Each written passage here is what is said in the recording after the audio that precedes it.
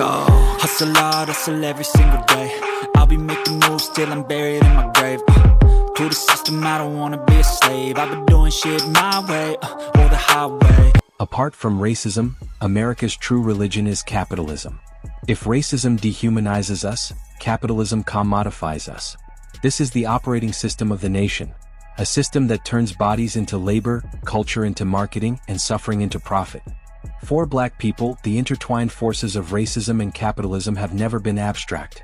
They are lived realities felt in every denied mortgage, every underfunded school, every food desert, every low-wage job, and every prison cell filled to quota. America was never designed for us.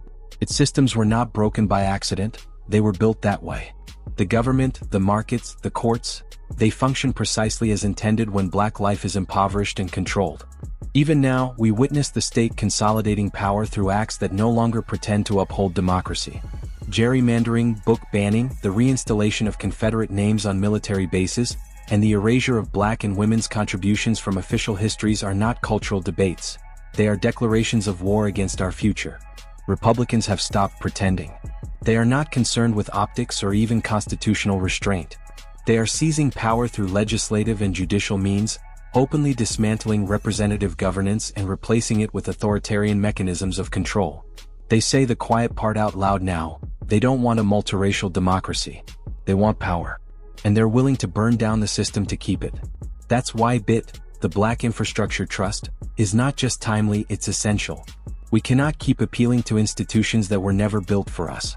We cannot afford to rely on systems that have proven time and again they will sell our lives for votes, ratings, or campaign donations. BIT is our response to this reality. It is our plan to build autonomous infrastructure for Black survival, resilience, and liberation. BIT is not charity. It is not Black capitalism in the neoliberal sense. It is communal investment. It is a collective refusal to continue feeding the very machine that consumes us. It is strategic economic resistance rooted in shared ownership, political clarity, and mutual aid. BIT is how we take control of the basic necessities of life: food, housing, healthcare, education, and security.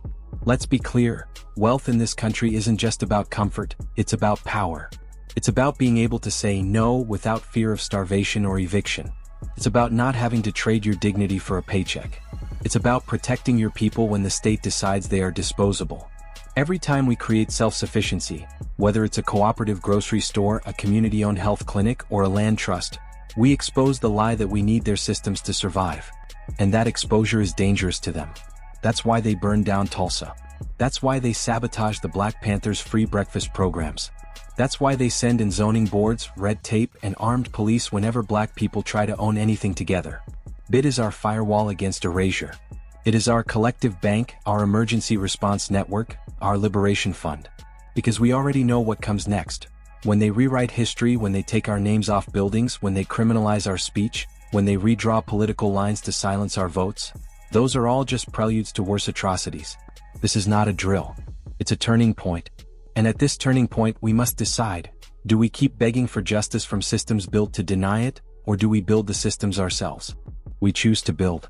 Wealth, for us, is not assimilation into whiteness. It is not access to luxury for a few. It is liberation infrastructure for the many. Every dollar pooled is a rejection of state dependence. Every building owned is a shield against displacement. Every co-op formed is a declaration that we do not need their permission to live free. Wealth is not the end goal. Autonomy is, survival is, dignity is, and if we are to protect Black life from the horrors to come, we must invest in our own. That is the charge. That is the strategy. That is the future. We are not waiting to be saved. We are saving each other. What I'm here to do is connect with the ones ready to move, ready to think differently, build differently, and live free on our own terms. This is about one thing: liberation under Black management. Until the next episode, stay sharp, stay building, and stay Black on purpose.